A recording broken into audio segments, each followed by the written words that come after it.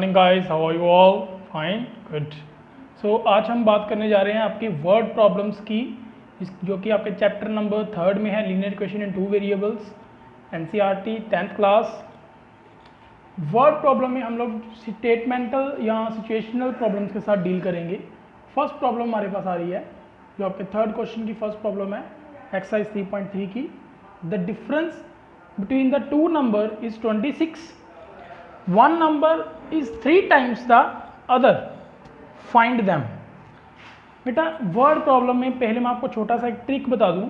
जिस चीज़ को आपने फाइंड करना है, आपने उन्हीं को x और y लेट करना है। x और y क्यों लेट करना है? क्योंकि हमारे चैप्टर का नेम क्या है? Linear equation in 2 variables. तो हम लोगों ने 2 वेरिएबल यूज करने हैं। क्लियर? तो एक होगा x और एक होगा y। आंसर वैसे एक वेरिएबल से भी निकल सकते होंगे, लेकिन कुछ कुछ क्वेश्चंस के, not every question. Clear? But इस चैप्टर में 10th क्लास में हम लोग 2 वेरिएबल्स यूज करेंगे, अगर वो उन्होंने कहा हुआ है तो हम लोग क्या करेंगे? उनका find them. Find them means हमने 2 नंबर फाइंड करने हैं। तो लेट कर लेते हैं, लेट लार्जर नंबर। अब बेटा मैंने लार्जर नंबर क्यों लिखा है? क्योंकि उन्होंने कहा difference between the 2 number. Obviously अगर डिफरेंस 26 है तो एक नंबर लार्जर होगा और एक नंबर स्मॉलर होगा, obviously.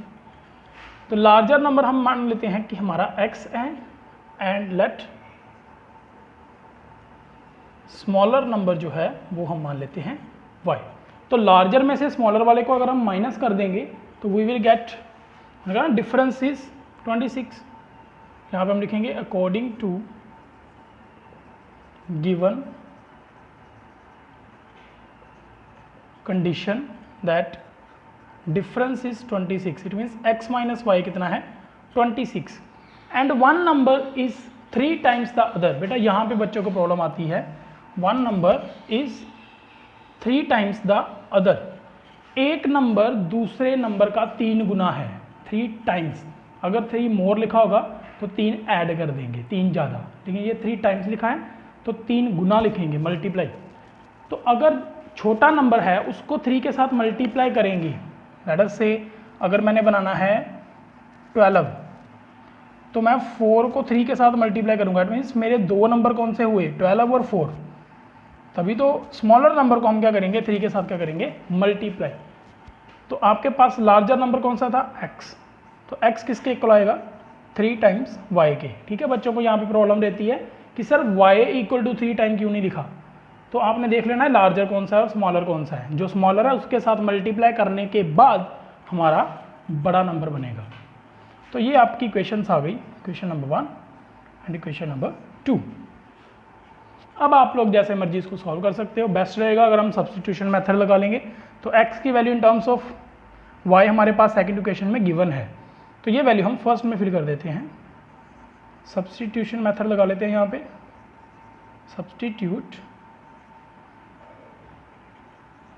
Equation second in equation 1। Second equation को इक्वेशन 1 में हम लोग फिल कर देंगे।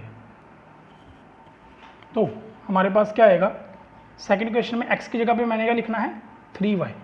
सो 3y minus y is equal to 26, it is equal to 2y is equal to 26 and y is equal to 26 upon 2, that is y हमारे पास कितना आ जाएगा?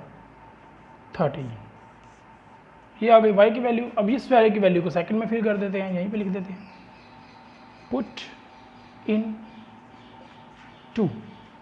तो x की वैल्यू कितनी आएगी? x equal to 3 into 13, so x equal to 39। तो ये आपका आंसर आ गया। अगर आपको सिर्फ इक्वेशन फाइंड करने के लिए कहा है तो आप ये कर सकते हो। अगर लेट अस से अगर वो बोल देता है, अगर हम चाहें तो इसको वेरीफाई भी कर सकते हैं, चेक भी कर सकते हैं। कहाँ से चेक करेंगे? इक्वेशन से चेक करेंगे। पहली इक्वेशन क्या थी? दोनों का डिफरेंस 26 होना चाहिए भाई। तो दोनों का डिफरेंस करके देख लेते हैं। x माइनस वाई, एक्स कितना है? 39 माइनस वाई कितना है? 13। तो डिफरेंस 26 आ रहा है, तो that is it is verified from first equation.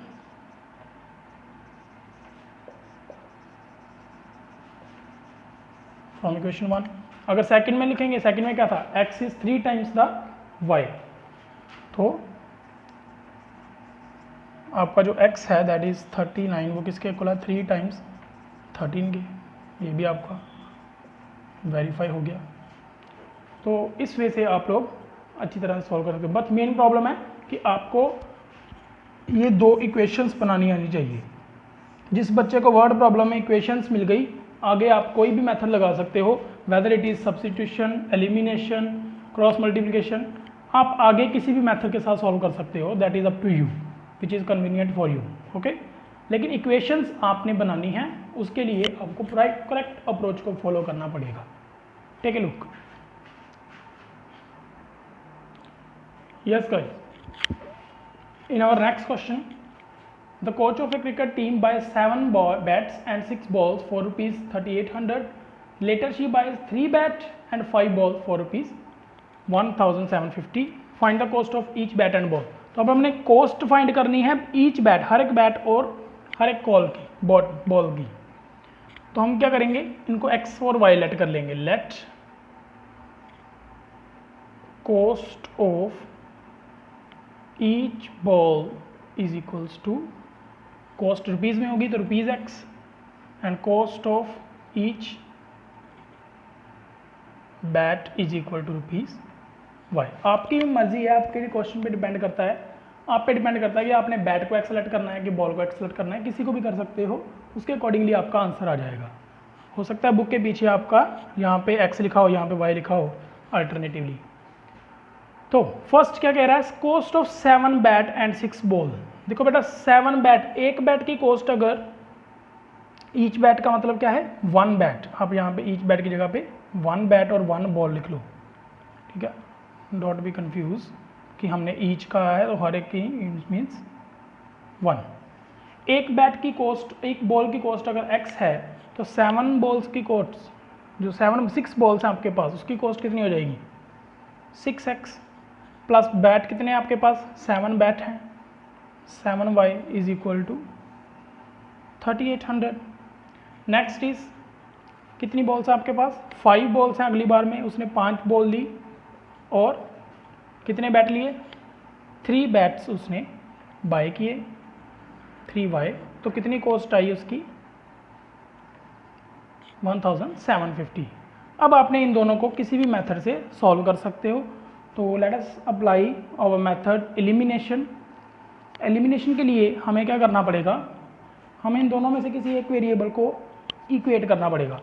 तो उसके लिए मैं सेलेक्ट करता हूँ आपके x को, मैं x को इक्वल करना चाहता हूँ, तो इसके कोफिशिएंट के साथ मैं फर्स्ट इक्वेशन को मल्टीप्लाई कर दूंगा और फर्स्ट इक्वेशन के कोफिशिएंट के साथ मैं सेकेंड इक्वेशन को मल्टीप्लाई कर दूंगा। तो I will get 30x plus 35y equals to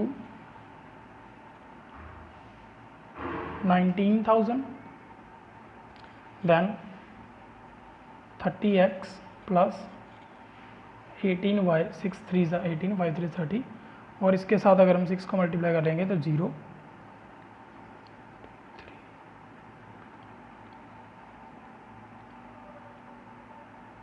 तो ये हमारे पास इतना आ जाएगा। सो गाइस, अब हमने क्या करना है, इनके साइन चेंज करने होते हैं, आप सभी को पता है। ये कटिंग हो गई, इसको माइनस करेंगे, then we will get 17y is equal to, अगर इसको माइनस करोगे तो will get 8500, then y is equal to 8500 upon 17, 17 5 is 85, तो 5, आपके पास y की वैल्यू कितनी आ गई 500। Now put this value of y in equation, आपको जो भी अच्छी लगती है, 5 वाली थोड़ी इजी है तो उसे सेकंड इक्वेशन में फिल कर लेते हैं, name it as second, your first equation. तो 5x plus 3y equals to 1750। तो हमने y की वैल्यू फिल करनी है, 5x plus 3 times y equals to 500। थोड़ा सा स्टेप मैं जल्दी कर रहा हूँ, बाकी आपकी कैलकुलेशन जैसे आपको अच्छा लगता है। ये आपका उधर जाके माइनस हो जाएगा 1500, तो you will get 250। So x की वैल्यू डिवाइड करने के बाद आपके पास आ जाएगी 500। सो हमारे पास कॉस्ट ऑफ, जो अब हमने लेट किए थे वो लास्ट में, this is your answer line, इसके मार्क्स होते हैं। कॉस्ट ऑफ 1 बॉल हमने किसको लेट किया था, x को, तो x की वैल्यू कितनी आई है ₹50। And cost of 1 bat equals to, जो y थी कितनी आई 500। तो आपने वेरिएबल के, don't stick to what's the variables, आपने नहीं मैटर करना है कि हमने वेरिएबल x और y लिया है, मैटर ये करता है x और y किसको लिया है। ठीक है, आपका आंसर वहाँ पे आना चाहिए। तो आंसर को x और y में मत छोड़ना, आंसर को आप लिख के आना कि x और y जो लेट किया है वो आपका क्या है। तो दिस इज योर आंसर। और आपके इसका 1 मार्क्स होता है पेपर्स में, कभी कभार CBSE में 10th में 1 मार्क्स इसका होता है। बच्चे यहाँ तक छोड़ के आ जाते हैं और बोलते हैं सर हम पूरा कर दिया सही, लेकिन this is your answer line, आपका निकला क्या है वो आपने बता के आना है पेपर में। Clear? Take a look, have a nice day. So guys, in my next question, we have to find the angles. The larger of the two supplementary angles exceeds the smaller by 18 degree. क्या बोल रहा है वो? So, इस question में भी उसने larger और स्मॉलर वाला कंसेप्ट यूज़ किया है। ठीक है, सिचुएशन को एक बार दोबारा से पढ़ते हैं। The larger of the two supplementary angles, कह रहा है 2 सप्लीमेंट्री एंगल्स। सप्लीमेंट्री एंगल्स बेटा कौन से होते हैं, आप सभी को पता होना चाहिए। Supplementary angles whose sum of them is 180। इन दोनों नंबर्स का सम कितना होता है, दोनों एंगल्स का सम कितना होता है 180 डिग्री। अगर एक x है दूसरा y है तो उनका सम कितना होगा 180 डिग्री। तो पहली तो कंडीशन हम ये लेट कर लेंगे, उससे पहले हमने क्या करना है, जो फाइंड करना है वो लेट करना पड़ेगा। तो हमारे पास क्या है, एंगल्स, एक बड़ा होगा और एक स्मॉलर होगा, as it is said exceeds the smaller by 18 degree. जो बड़ा एंगल है वो छोटे एंगल से 18 डिग्री बड़ा है। ठीक है, तो हम क्या करेंगे, लेट करेंगे, let larger angle equals to x degree कर लेते हैं and smaller angle equals to y degree कर लेते हैं। तो दोनों का पहले अकॉर्डिंग टू गिवन कंडीशन हमारे पास दोनों का जो सम है, since the angles are supplementary, तो दोनों का सम कितना आएगा 180 डिग्री। पहली तो ये कंडीशन हो गई। नेक्स्ट क्या है, जो लार्जर एंगल है वो स्मॉलर एंगल से कितना बड़ा है, 18 डिग्री बड़ा है भाई। तो स्मॉलर एंगल में अगर हम 18 डिग्री ऐड कर देंगे तो we will get a larger angle. ठीक है, तो यहाँ से अगर चाहो को आप सप्लीमेंट्री सब्स्टिट्यूशन इक्वेशन भी लगा सकते हो या एलिमिनेशन मेथड से भी सॉल्व कर सकते हो। ठीक है, तो एलिमिनेशन से कैसे करना है, सब्स्टिट्यूशन हमने पिछले सम में कर लिया है, जहाँ से हम x की वैल्यू ये वाली फिल कर देते थे इस वाली इक्वेशन में, इसको नंबर 1 दे देते हैं। इसमें से मैं क्या करूँगा, मैं y इधर ले आऊँगा, 18 उधर रहने देते हैं, y इधर प्लस का इधर जाके। अब यहाँ पे हम इन दोनों इक्वेशंस को एलिमिनेशन मेथड से सॉल्व कर सकते हैं। तो एलिमिनेशन मेथड से देखो, हम लोग ऑलवेज क्या करते हैं, हम लोग इक्वेशंस को माइनस करते हैं, सब्ट्रैक्ट करते हैं, लेकिन इस स्टेटमेंट में, इस इक्वेशंस में हम एडिशन से भी काम चला सकते हैं। क्यों? क्योंकि हमारे y के साइन अलग अलग हैं, जब हम इनको ऐड कर देंगे तो ये दोनों आपस में कट हो जाएंगे। तो मैं क्या लिखूँगा, ऑन, आप चाहो तो माइनस भी कर सकते हो क्योंकि x भी सेम है, तो x कट जाएंगे। तो आप पे डिपेंड है आप कैसे करना चाहते हो। ऑन एडिंग 1 एंड 2, तो मैं आपको सब्ट्रैक्शन वाले हमने काफ़ी बार कर लिया है, एक बार मैं आपको एडिशन से भी करके दिखा देता हूँ कि एडिशन से भी इसको किया जा सकता है। तो हम इसको ऐड कर रहे हैं तो साइन चेंज नहीं होंगे क्योंकि हम ऐड कर रहे हैं। सब्ट्रैक्शन में आपके साइन चेंज होते हैं, मार्क इट, इसको याद रखना, सब्ट्रैक्शन में साइन चेंज होंगे बट एडिशन में साइन चेंज नहीं होंगे, ठीक है। लुक एट हियर, सो यहाँ पे आ जाएगा 2x इक्वल्स टू, ये आ जाएगा आपका 198।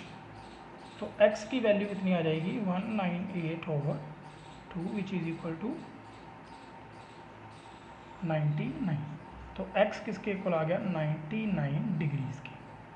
तो हमारे पास हमारा फर्स्ट एंगल आ गया दैट इज x, जो हमारा लार्जर एंगल हमने लेट किया हुआ था। अब इस वैल्यू को दोबारा फिल कर देंगे, चाहे आप फर्स्ट में फिल कर दो चाहे सेकंड में फिल कर दो, इसमें आपका मन करता है। तो हम लोग इसको फर्स्ट में फिल कर देते हैं।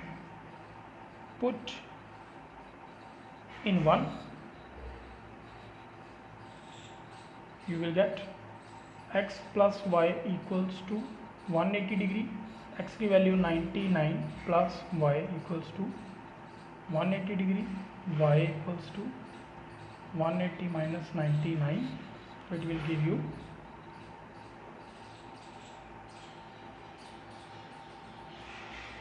91 degree.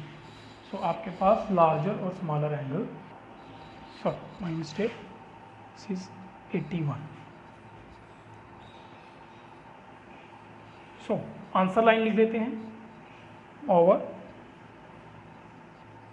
Larger angle equals to x कितना है हमारे पास 99 डिग्री एंड स्मॉलर एंगल कितना है हमारे पास 81 डिग्री। Take a look,